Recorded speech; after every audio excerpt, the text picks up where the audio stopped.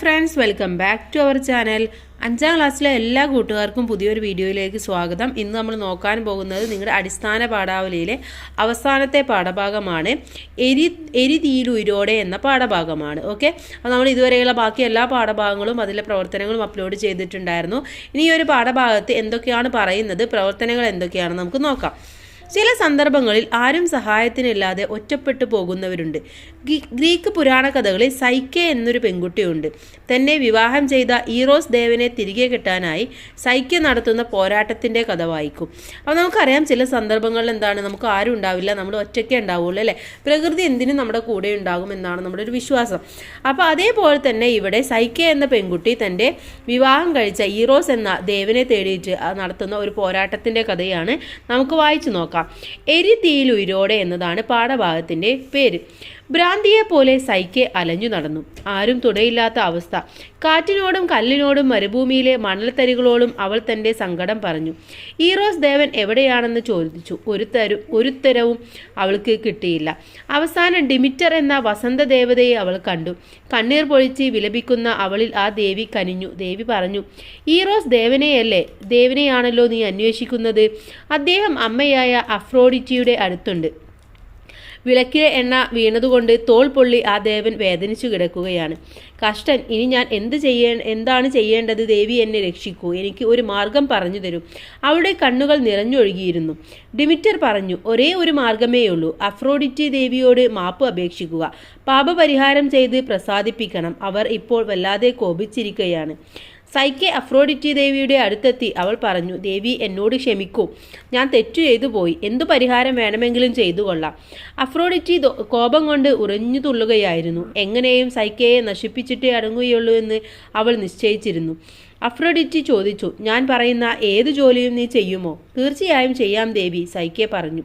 എന്നാൽ ആ കാണുന്ന നെല്ലും ഗോതമ്പും അമരപ്പയറും ചേർന്ന് ഒന്നായി കിടക്കുന്ന ധാന്യകൂമ്പാരത്തിലെ ഓരോ ധാന്യവും വെവ്വേറെ ഇനം തിരിച്ചു പെറുക്കി കൂട്ടണം. ഇന്ന് സന്ധ്യയ്ക്കു മുമ്പ് ഇത് ചെയ്തു തീർക്കണം, അല്ലെങ്കിൽ കടുത്ത ശിക്ഷയുണ്ടാകും. വിജയിച്ചാൽ നിന്നെ അംഗീകരിക്കാം. അഫ്രോഡിറ്റി ഇത് പറയുമ്പോൾ ചുണ്ടിൽ ഒരു പരിഹാസച്ചിരി ഉണ്ടായിരുന്നു. പ്രഭാതത്തിൽ സൈക്കെ ജോലി തുടങ്ങി. കുറെ കഴിഞ്ഞപ്പോൾ അവൾ തളർന്നു. ഭാരിച്ച ആ ജോലി മാസങ്ങൾ കൊണ്ടുപോലും ചെയ്തു തീർക്കാൻ കഴിയില്ല എന്ന് അവൾക്ക് വ്യക്തമായി. മല പോലെ മുന്നിൽ കിടന്ന ധാന്യകൂമ്പാരത്തിന് മുന്നിൽ ഇരുന്ന് സൈക്കെ പൊട്ടിക്കരഞ്ഞു. അവളുടെ കരച്ചിൽ കേട്ട ഒരു കൂട്ടം ഉറുമ്പുകൾ കാര്യം അന്വേഷിച്ചു. കരഞ്ഞുകൊണ്ട് അവൾ പറഞ്ഞു. ഉറുമ്പുകളുടെ രാജാവ് പറഞ്ഞു, സഹോദരി കരയേണ്ട, ഞങ്ങൾ നിനക്കു വേണ്ടി ഈ ജോലി ചെയ്തു തീർക്കാം. ലക്ഷോപലക്ഷം ഉറുമ്പുകൾ അവിടെ എത്തി. അവർ ചുരുങ്ങിയ സമയം കൊണ്ട് ധാന്യമണികൾ ഇനം തിരിച്ച് കൂനകളാക്കി മാറ്റി. സൈക്കെ ഉറുമ്പുകളോട് നന്ദി പറഞ്ഞു. സന്ധ്യയ്ക്ക് അഫ്രോഡിറ്റി വന്നു. ധാന്യങ്ങൾ അതതിടങ്ങളിൽ ഇനം തിരിച്ച് കൂട്ടിയിരിക്കുന്നു. ദേവി വിസ്മയിച്ചു. എങ്കിലും ഇങ്ങനെയാണ് പറഞ്ഞത്? ഇത് തീർച്ചയായും നീ നിന്റെ കൈകൊണ്ട് ചെയ്തതല്ല, എന്തോ വഞ്ചന ഇതിലുണ്ട്. ഒരു റൊട്ടി അവൾക്ക് എറിഞ്ഞു കൊടുത്തിട്ട് അവരവളെ ഇരുട്ടറയിൽ അടച്ചു. സൈക്കെ ദുഃഖിതയായി അവിടെ കിടന്നു. പിറ്റേ ദിവസം അഫ്രോഡിറ്റി ദേവി മലമടക്കുകളിൽ നിന്ന് കുത്തിയൊഴുകുന്ന കരിനദി ചൂണ്ടിക്കാണിച്ചുകൊണ്ട് പറഞ്ഞു, ആ നദിയുടെ ഉറവിടത്തിൽ നിന്ന് മഞ്ഞുകട്ട പോലെ തണുത്ത ജലം എടുത്ത് പാത്രം നിറക്കണം.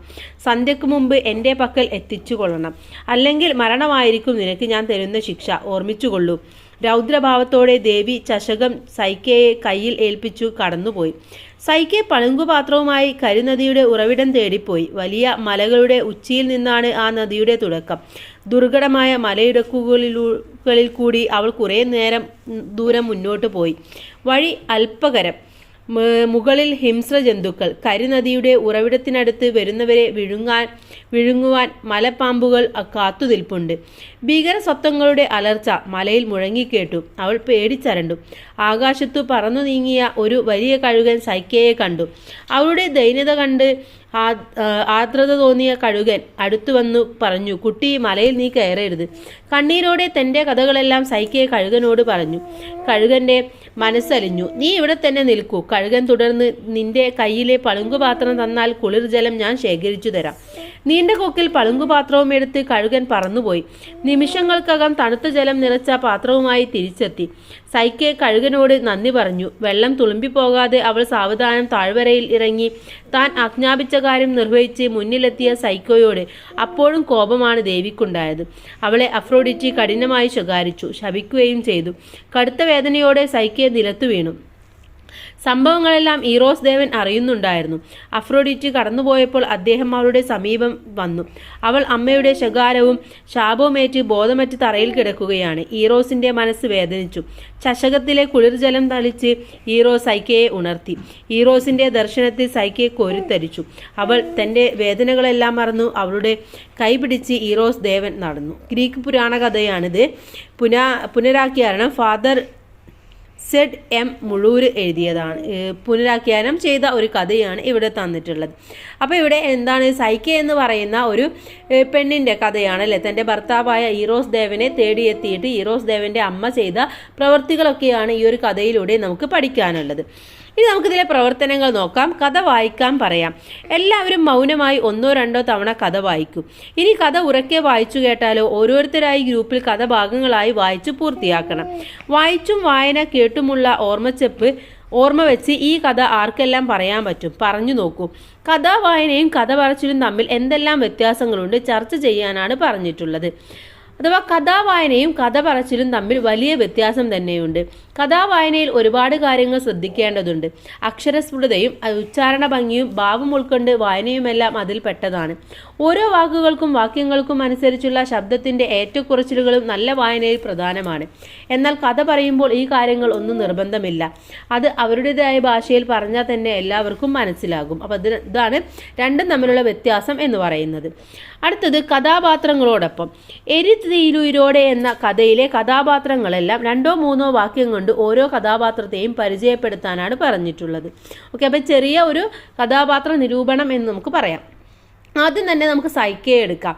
തൻ്റെ പ്രിയതമനായ ഈറോസ് ദേവന് വേണ്ടി ഒരുപാട് ത്യാഗങ്ങൾ സഹിച്ചു. പല വെല്ലുവിളികൾ വന്നിട്ടും തളരാതെ നേരിട്ടു. അതാണ് സൈക്കെ. ഇനി അടുത്തത് ഈറോസ് ആണ്. സൈക്കയെ നേരിടുന്ന കഷ്ടപ്പാടുകൾ അറിഞ്ഞിട്ടും അവളെ സഹായിക്കാൻ കഴിയുന്നില്ല. അമ്മയ്ക്ക് അവളെ ഇഷ്ടമല്ലെങ്കിലും ഈറോസിന് അവളെ ജീവന് തുല്യം ഇഷ്ടമാണ്. ഇനി അടുത്തത് അമ്മയായ അഫ്രോഡിറ്റിയാണ്. അഫ്രോഡിറ്റി ഒരുപാട് ദേഷ്യമുള്ള ദുഷ്ടയായ ഈറോസിന്റെ അമ്മ. സൈക്കയെ അവൾക്ക് ഇഷ്ടമല്ല. അവളെ അംഗീകരിക്കാതെ അപകടം പിടിച്ച പല ജോലികളും ചെയ്യിപ്പിക്കുന്നു. ഇനി ഡിമിറ്റർ ആണ്. ഡിമിറ്റർ എന്ന് പറഞ്ഞാൽ ഈറോസ് ദേവനെ തിരഞ്ഞ് സങ്കടപ്പെട്ട് നടക്കുന്ന സൈക്കയ്ക്ക് ഈറോസ് ദേവൻ എവിടെയെന്ന് പറഞ്ഞു കൊടുക്കുന്നു. അവളെ സഹായിക്കുന്നത് ഡിമിറ്റർ ആണ്. ഓക്കെ, ഇനി അടുത്തത് എനിക്കും പറയാനുണ്ട്. ഇത് തീർച്ചയായും നീ നിന്റെ കൈകൊണ്ട് ചെയ്തതല്ലേ? എന്തോ വഞ്ചന ഇതിലുണ്ട്. ഇത് നീ തനിച്ച് സമ്പാദിച്ചതല്ല. ആരെങ്കിലും നിന്നെ സഹായിച്ചിട്ടുണ്ടാകും. വളരെ കഷ്ടപ്പെട്ട് കൽപ്പനകൾ പൂർത്തിയാക്കി തിരിച്ചു വന്ന സൈക്കയോട് അഫ്രോഡിറ്റി ഇങ്ങനെയാണ് പറഞ്ഞത്. അഫ്രോഡിറ്റിയുടെ ഈ പ്രവൃത്തിയോട് നിങ്ങൾ യോജിക്കുന്നുണ്ടോ? എന്തുകൊണ്ട്? ഗ്രൂപ്പിൽ ചർച്ച ചെയ്ത് കണ്ടെത്താനാണ് നോട്ട് പുസ്തകത്തിൽ എഴുതാനും പറയുന്നുണ്ട്. അപ്പോൾ എന്താണ് കൂട്ടുകാർക്ക്, നിങ്ങളുടെ അഭിപ്രായമാണ് നിങ്ങൾ ഇവിടെ എഴുതേണ്ടത്. അപ്പം ഈ പ്രവൃത്തിയോട് എനിക്കൊരിക്കലും യോജിക്കാനാവില്ല. മറ്റുള്ളവരുടെ വേദനകൾ മനസ്സിലാക്കാനും അവരുടെ കഷ്ടപ്പാടുകൾക്ക് വില കൊടുക്കാനും അവരുടെ ത്യാഗങ്ങൾ അംഗീകരിക്കാനുമുള്ള മനസ്സ് അഫ്രോഡിറ്റിക്കില്ല. അഫ്രോഡിറ്റി സൈക്കയെ അംഗീകരിക്കാൻ തയ്യാറല്ല എന്ന് മാത്രമല്ല അവളെ പല അപകടങ്ങളിൽ പെടുത്താനും നോക്കുന്നുണ്ട്. ഈറോസിനെ കാണാൻ വേണ്ടി സൈക്കയ്ക്ക് അഫ്രോഡിറ്റി ഏൽപ്പിക്കുന്ന ചുമതലകൾ എല്ലാം തന്നെ വളരെ അപകടം നിറഞ്ഞതാണ്. എന്നാൽ അതെല്ലാം അനുസരിക്കുന്ന സൈക്കയെ അതൊന്നും അവൾ ചെയ്തതല്ല എന്ന് പറഞ്ഞ് അവഗണിക്കുകയാണ് ചെയ്യുന്നത്. ഇത് വളരെ മോശം സ്വഭാവമാണ്. നാം ഒരിക്കലും ഇങ്ങനെയാവരുത്. മറ്റുള്ളവർക്ക് നന്മ ചെയ്യാനും മറ്റുള്ളവരെ അംഗീകരിക്കാനും നാം പഠിക്കണം. ഓക്കെ, അപ്പോൾ ഇങ്ങനെയും നിങ്ങൾക്ക് എഴുതാം. അല്ലാന്നുണ്ടെങ്കിൽ നിങ്ങളുടെ അഭിപ്രായം നിങ്ങൾക്ക് എഴുതാവുന്നതാണ്. ഇനി പഴഞ്ചൊല്ലിന്റെ പൊരുൾ. തലക്കുമീതെ വെള്ളം വന്നാൽ അതുക്കുമീതെ തോണി. ഈ ചൊല്ലിന്റെ ആശയം എന്താണ്?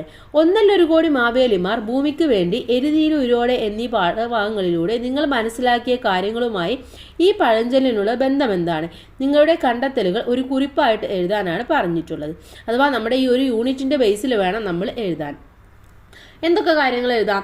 ഏതൊരു പ്രശ്നത്തിനും ആ പ്രശ്നത്തിലൂടെ തന്നെ പരിഹാരമുണ്ട് എന്നതാണ് ഈ ചൊല്ലുകൊണ്ട് അർത്ഥമാക്കുന്നത്. ഏത് പ്രതിസന്ധിയിലും കരുത്തോടെ മുന്നേറണം എന്നാണ് കനൽ വഴിയിൽ കരുത്തോടെ എന്ന യൂണിറ്റ് നമ്മെ പഠിപ്പിക്കുന്നത്. മഹാപ്രളയകാലത്ത് ജാതിമത ഭേദമില്ലാതെ കേരള ജനത ഒറ്റക്കെട്ടായി കൈകൊടുത്ത് കരകയറിയ അനുഭവമാണ് 1.1 കോടി മാവേലിമാർ എന്ന കഥയിൽ നമ്മൾ കണ്ടത്. പ്രളയത്തിൽ ഒട്ടേറെ നാശനഷ്ടങ്ങൾ പലർക്കും ഉണ്ടായി. വീട് നഷ്ടമായി, കൂടപ്പിറപ്പുകൾ നഷ്ടമായി, അച്ഛനെയും അമ്മയെയും നഷ്ടമായി. അപ്പോഴെല്ലാം അവരെ സഹായിക്കാൻ ചേർത്തു നിർത്താൻ മുന്നോട്ട് നയിക്കാൻ ഒട്ടേറെ ആളുകൾ എത്തി. ആ കരുത്തോടെ ഓണക്കാലത്തെ വരവേൽക്കാൻ നിൽക്കുന്ന ജനതയുടെ ശുഭപ്രതീക്ഷയും ഈ കവിതയിലുണ്ട്. ഇതിലെ ശബ്ദം ഉയർത്തി ഭൂമിക്ക് വേണ്ടി ഒറ്റയ്ക്ക് പോരാടിയ ഗ്രേറ്റ എന്ന പെൺകുട്ടിയാണ് ഭൂമിക്ക് വേണ്ടി എന്ന പാഠഭാഗത്ത് നാം കണ്ടത്. ഭൂമിയുടെ സുരക്ഷിതമായ വീണ്ടെടുപ്പിന് വേണ്ടി ഒറ്റയ്ക്ക് പോരാടിയ ഗ്രേറ്റയ്ക്ക് പിന്തുണയുമായി പിന്നീട് ഒത്തിരി പേർ എത്തി.